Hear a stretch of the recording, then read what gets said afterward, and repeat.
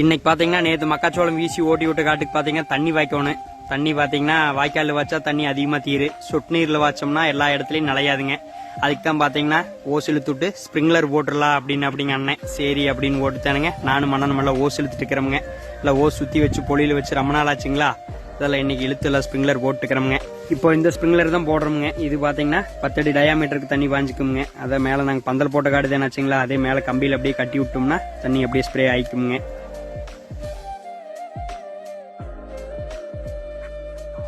அவ்வளோதானுங்க. எப்படியோ ஒரு வழியா இந்த அணப்புக்கெல்லாம் ஸ்ப்ரிங்க்லர் போட்டெல்லாம் கட்டி விட்டாச்சுங்க. வேலை முடிஞ்சதுங்க.